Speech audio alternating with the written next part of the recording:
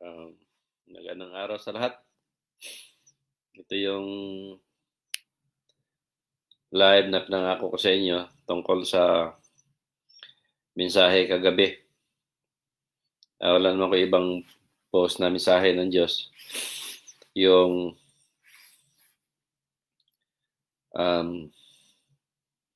nasa loob ako ng bahay at nakita ko si Jesus Christ sa labas na parang meron siyang ginagawa na tubo ng tubig na pinagdugtong niya hanggang sa nakita ko yung tubig na pataas. Ngayon,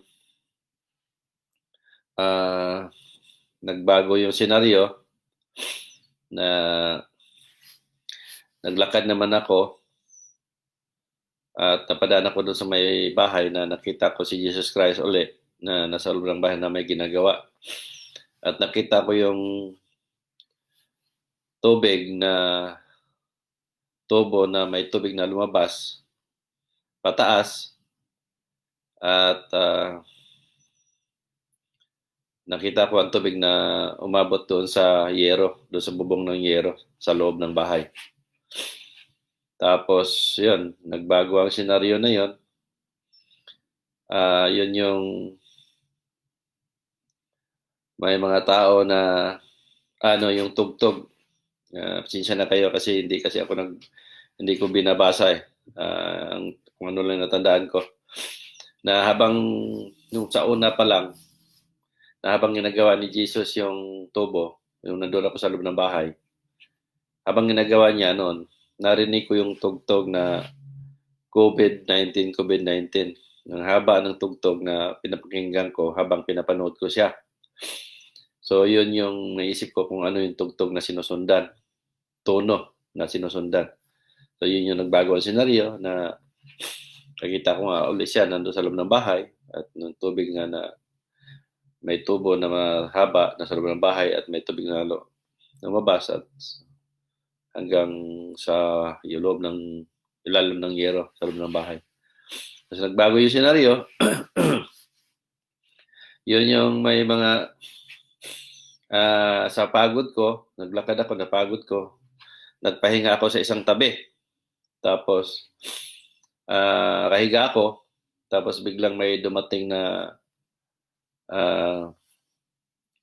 bugso ng mga tao na hindi lang, sasagutin ko lang to.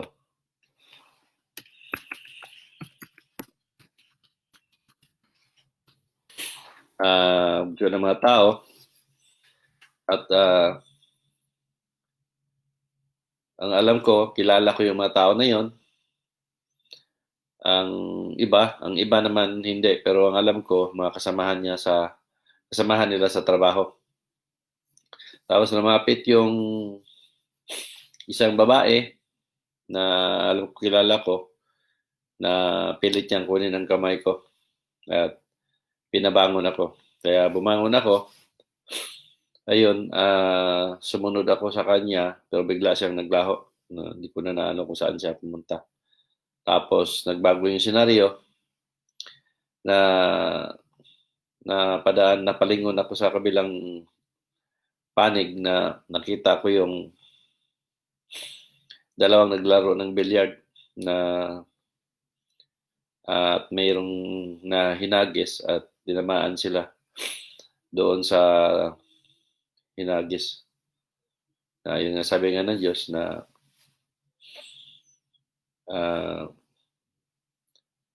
huli na kumbaga ang paniniwala ng tao dahil tatamaan pa rin sila. So, kung isa-isahin natin yon, yung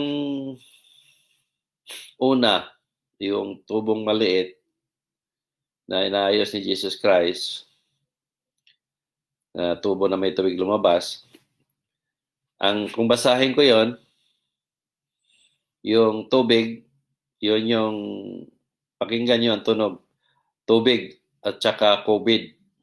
So, ibig sabihin, ang tubig na yon, ibig sabihin ng Diyos doon, COVID. COVID. Kaya nga may tugtog na COVID. So, ibig sabihin din niya doon na yung unang tubo, yun yung unang bugso ng COVID na na nangyari. Nasa loob tayo ng bahay, kaya nga na-lockdown tayo dahil sa COVID. Yung tubo na, pangalawang tubo na inayos niya at lumabas yung tubig,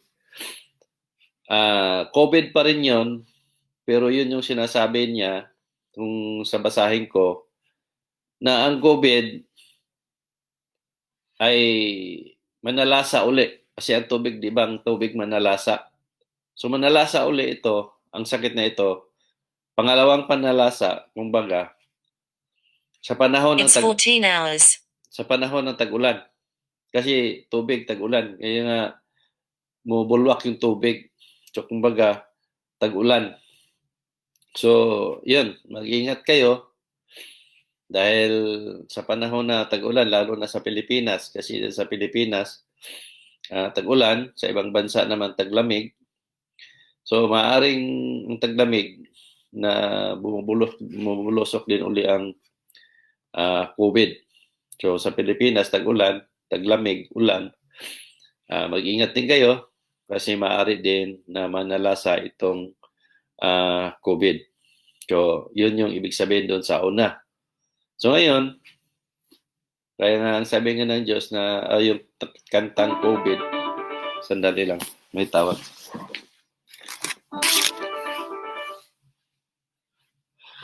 Yes, hello?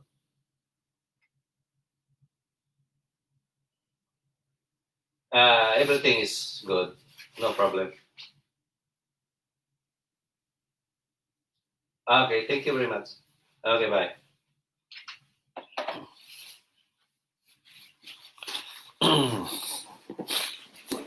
Sisya na kayo.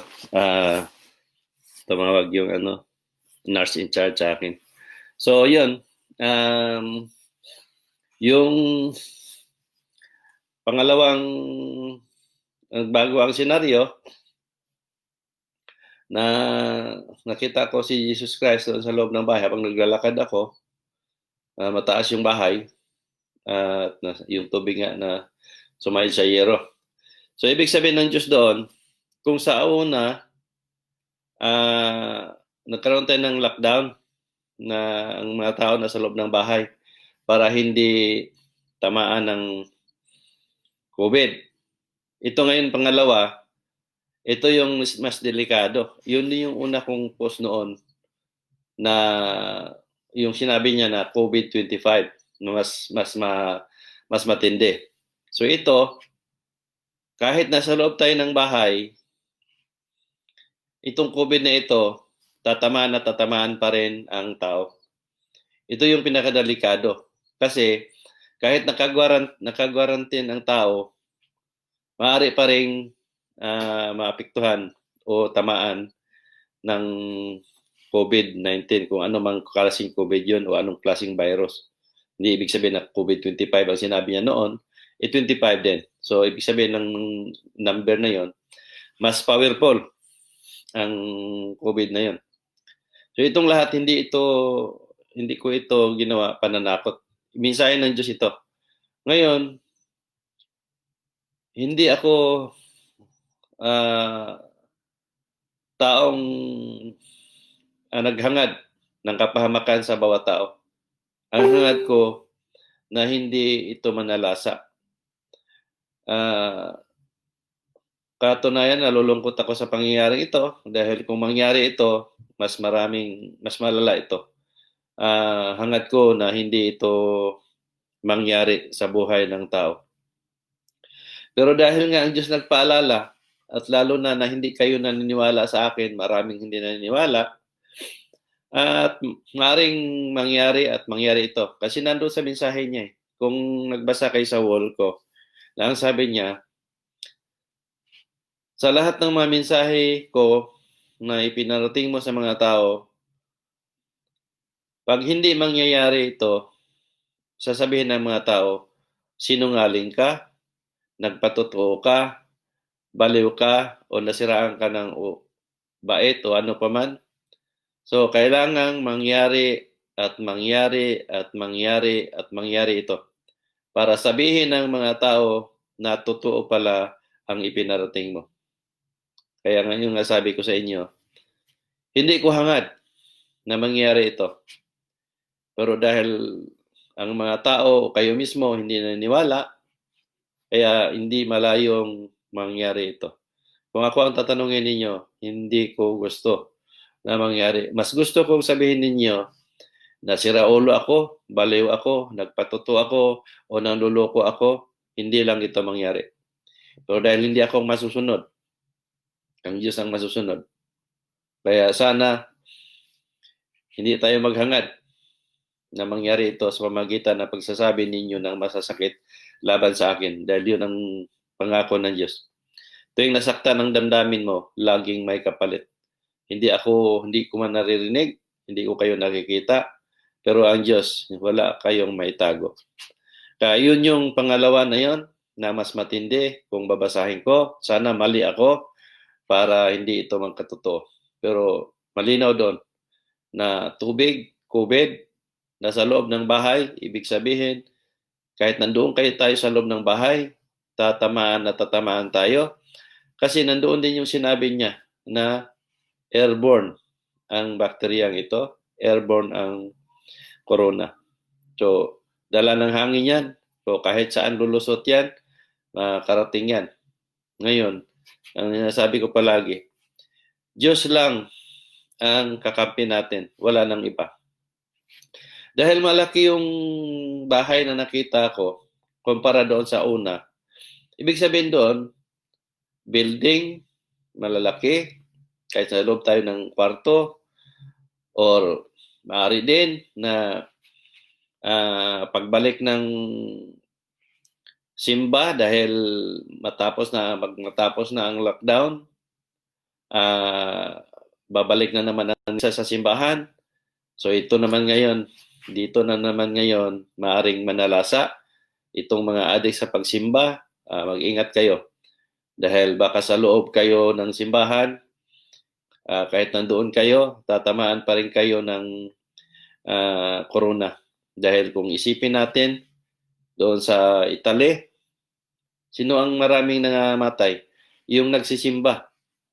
Kung namatay ang pare ninyo doon, ilang pare ang namatay doon? 67 sa huling pagkakaalam ko. So ibig sabihin, sa 67 doon, ang pare nandoon sa harapan,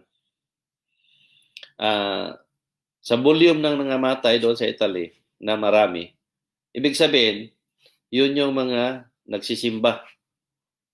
Kung ang pare nandoon sa harapan na ilan lang sila nandoon na tinamaan, how much more pa kaya yung nasa mga nagsimba na nandoon sa nagkadikit-dikit sila doon sa harapan ng mga pare.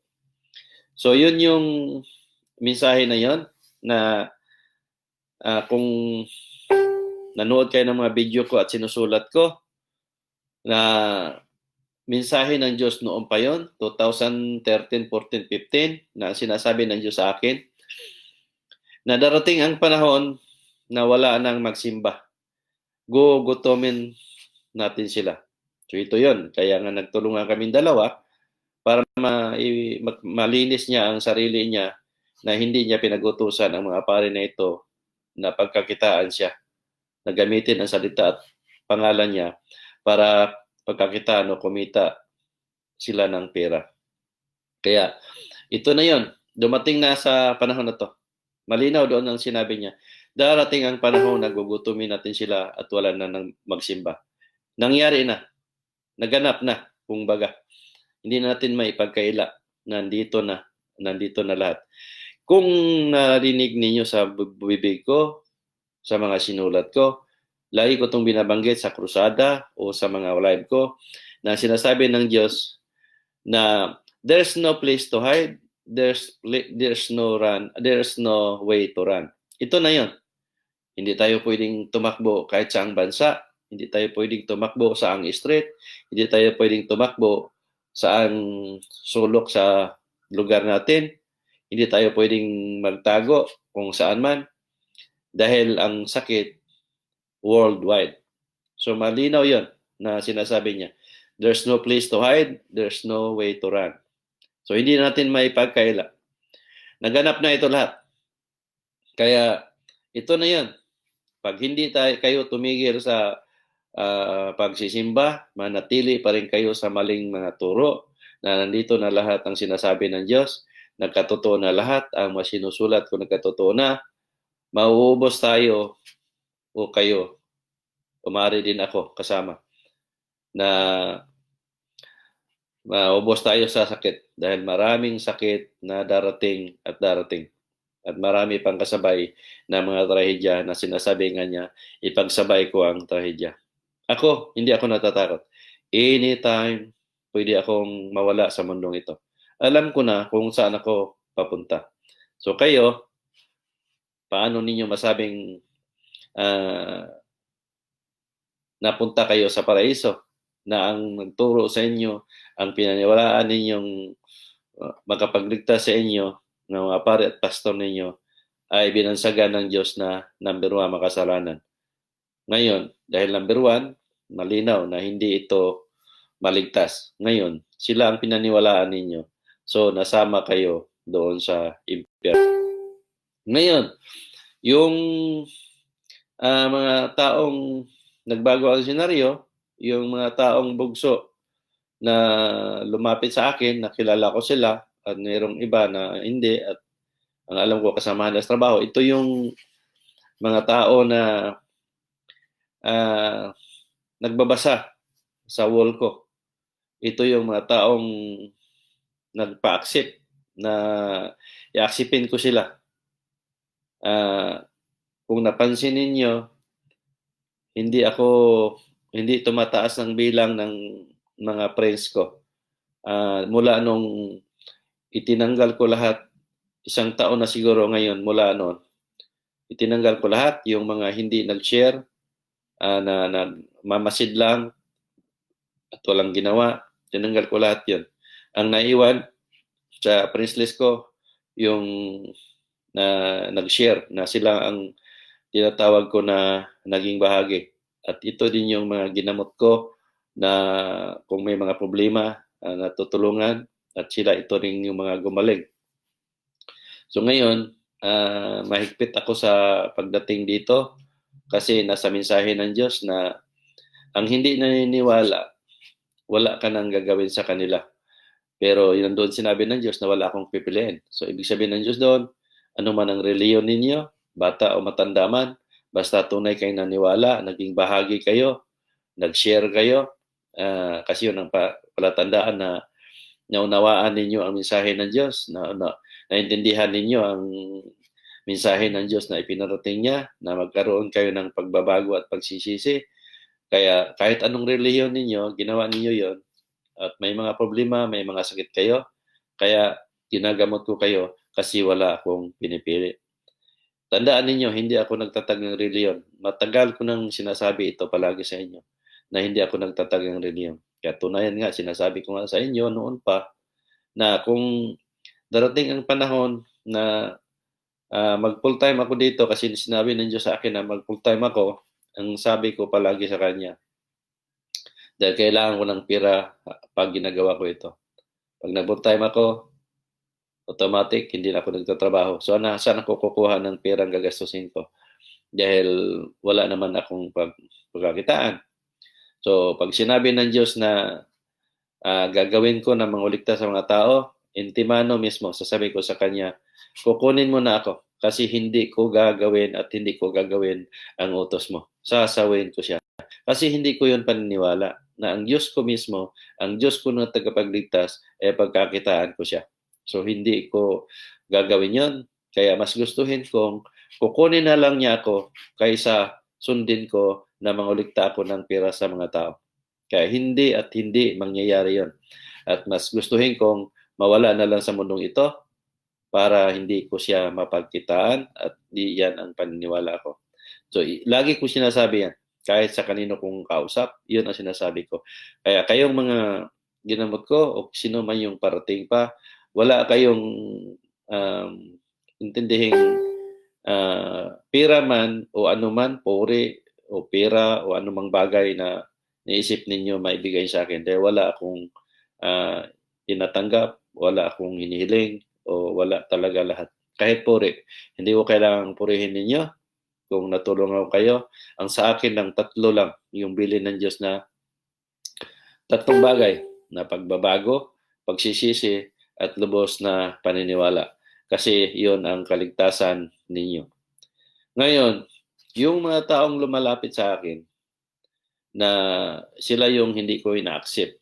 Kasi matagal na silang nagmamasid, alam na nilang nagawa ko, at hindi sila naniwala. Ngayon, naniwala na sila kasi mayroon ng mga sakit na nananalasa. At yun nga ang sabi ng Diyos, ngayon lang sila naniwala kasi kailangan na nila o may kinakatakutan sila. So yun yung hindi ako basta-basta na nag-accept. Ngayon, kung tungkol man sa mga sintomas ng COVID-19, maraming matestimony dyan na ginamot ko nung na-lockdown ako sa Pilipinas, nitong nakaraang buwan, April hanggang March. Marami akong ginamot na maraming testimony nyo makikita na nagsigalingan yung ginamot ko na hindi nahirapang huminga, ubo, sipon, at marami pang iba.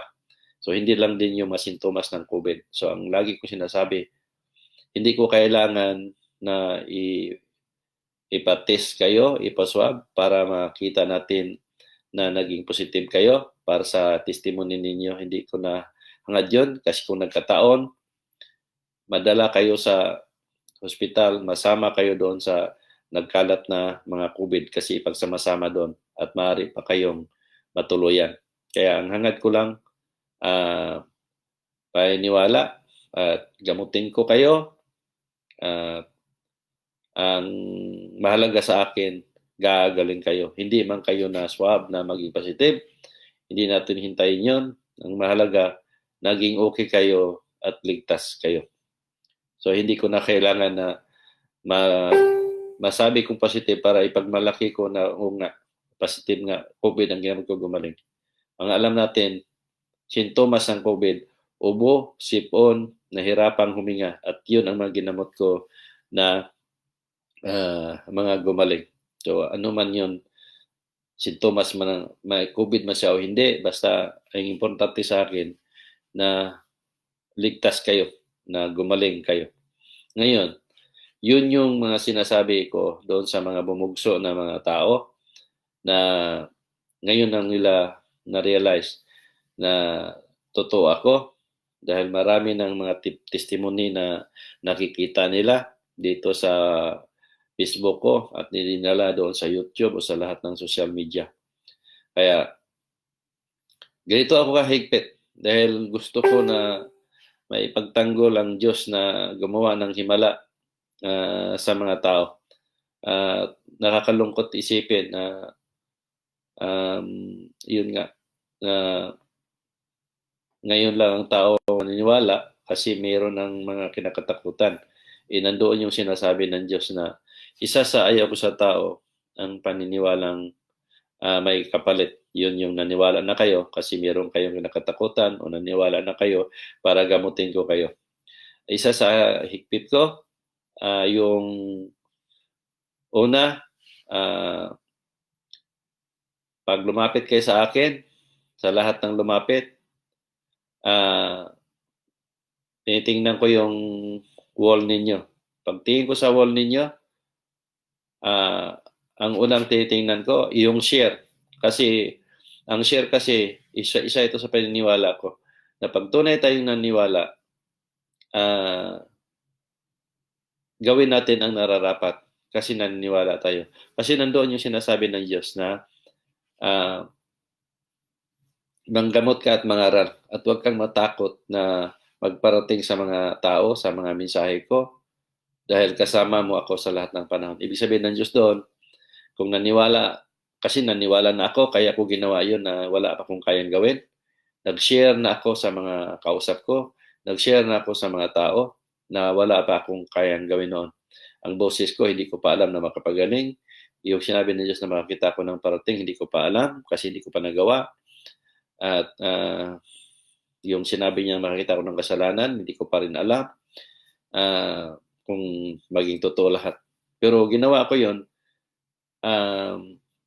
kahit wala pa akong nagagawa. Dahil naniwala ko na kausap ko ang Diyos at totoo ang sinabi niya na ginamit kitang kasangkapan. So ito yung tinatawag nating paniniwala na hindi tayo naghahanap ng kapalit at hindi tayo naghahanap ng patunay para sa gawin natin para masabi natin na tunay nga nating kausapan Diyos. So ngayon, ginawa ko yon dahil naniwala ako na tama ang paniniwala ko. Naniwala ako na ang Diyos ay hindi dapat pagkakitaan. Naniwala ako na ang Diyos ay mahalin na walang kapalit. At naniwala ako na ginamit niya akong kasangkapan at naniwala ako na pinag-utusan niya ako. Kaya ginawa ko tong lahat. Nag-umpisa ako kahit may babala pa ang Diyos sa akin noon. Nang sabi niya sa akin na kung sa gagawin mong ito, maraming tao ang maghangad sa buhay mo, papatayin ka nila. At makikita ko rin na mangyari yon dahil ang babanggain ko ay mga dambuhalang relihiyon. So, ganun pa man, balik tayo doon sa mga ginagamot ko. Ang ginagamot ko, ang naging bahagi at tunay na niwala. Ngayon, pagtingin ko sa wall ninyo, una ang titingnan ko, kahit sa mga tanong ko, sa mga nakaranas, sa mga ginamot ko, ang tanong ko palagi, paano mo nalaman ang pangalan ko? Kailan ninyo nalaman? Kailan kayo nagbasa? Gaano na kayo katagal magbasa? At huwag kayong magsisinungaling. Kaya pag sinungaling kayo, pag tanong ko, sasabihin ninyo sa akin, nagsinungaling kayo o nagpapanggap lang kayo? So wala akong gagawin sa inyo. So masuman total, kahit gamutin ko kayo, hindi rin kayo gagaling. So baliwala lahat yung pagsisinungaling ninyo. So ang sasagot lang ninyo kung ano yung tanong ko, kung totoo man na hindi nyo ako nakilala noon, sabihin ninyo ang totoo na kung kailan ninyo nalaman pangalan ko o matagal na kayong nagbasa at kung hindi kayo naniwala noon pa. Kasi pag sinabi ninyong bago lang kayo nagbasa pero noon pa kayo nagbasa, ginawa lang ninyo para gamutin kayo, sayang lang ang lahat dahil hindi kayo gagaling. Isa yan sa mga kriteriya na kinailangan ko sa mga lumalapit. Dahil titingnan ko talaga sa bawat wall ninyo kung kailan kayo nag-share, kailan kayo nag-umpisa. Dahil hindi nyo pwedeng sabihin na matagal na kayo dahil makikita ako doon. At kung matagal na rin kayo nag-share, tinatanong ko pa rin yan kung naunawaan ba ninyo ang mga sinishare ninyo. Kasi mayroong iba na nagsishare lang dahil naniwala, pero hindi pala nila naunawaan kung ano ang pinarating ko. Ngayon, kung sinishare ninyo yon ang mga post ko dahil naniwala kayo, share lang kayo ng share, tapos hindi pala ninyo binasa. Ngayon, nagmukha kayong tanga ngayon kasi yung sinishare ninyo nabasa ng iba at naunawaan niya ang pinarating, so meron siyang baguhin sa sarili niya. So nagkaroon siya ng pagbabago at pagsisisi. So ngayon, kayong nag-share sa at wala kayong maan, ang lumalabas doon, nailigtas ninyo ang ibang taong nakabasa sa sinishare ninyo. Pero kayo mismo, hindi ninyo nailigtas ang sarili ninyo. Kasi wala kayong napaniwalaan. Wala kayong binago sa sarili ninyo at wala kayong pinagsisihan. Bigyan ko kayo ng halimbawa, nandito sa wall ko, matagal na yan sila. Ang turo ko na sinasabi na nga ng Diyos na kailangan niya sa tao, 3 lang, pagbabago, pagsisisi at lubos na paniniwala. Ngayon, ang mga taong ito, naniwala daw sa akin. Ngayon, makita ninyo nag-share. Nandyan, malakas magkomento. Pero sa sarili nilang buhay, sa bawat isa sa kanila, ang mga gawain nila sa bawat araw ay hindi makatao. Pakikitungo sa kapwa nila, pakikitungo sa asawa at anak nila, o pakikitungo mismo sa sarili nila o sa ano pa man na sa paligid nila. So ngayon, nalalaman ko na lang kung anong tunay nilang mga katangian, ang tunay nilang mga ugali, na natili pa rin na walang pagbabago.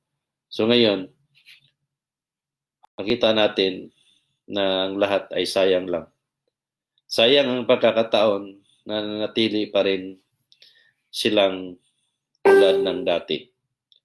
So malinaw ang sinasabi ng Diyos na saan ang pagbabago ng isang tao samantalang inuulit niya ang mga bagay na ayoko. So yun yung gawain ng bawat tao. Yun yung gawain natin sa natutunan natin sa paniniwala. Naniwala kayo, pero natili pa rin kayo sa mga paniniwalang alam ninyong malaking kasinungalingan.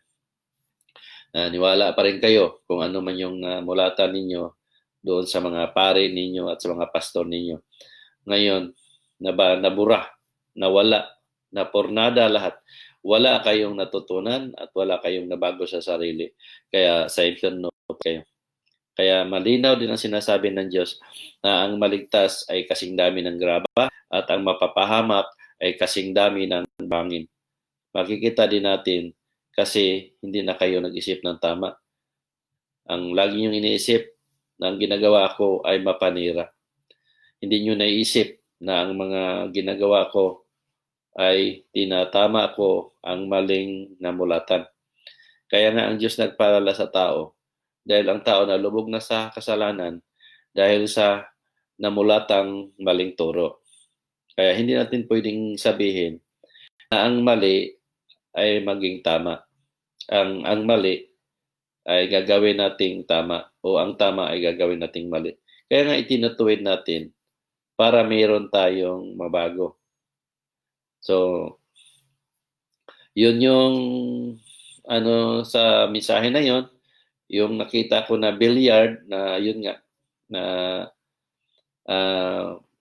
bang bola ay umiikot lang ang mundo na parang ang buhay ay para lang tayong naglalaro dito.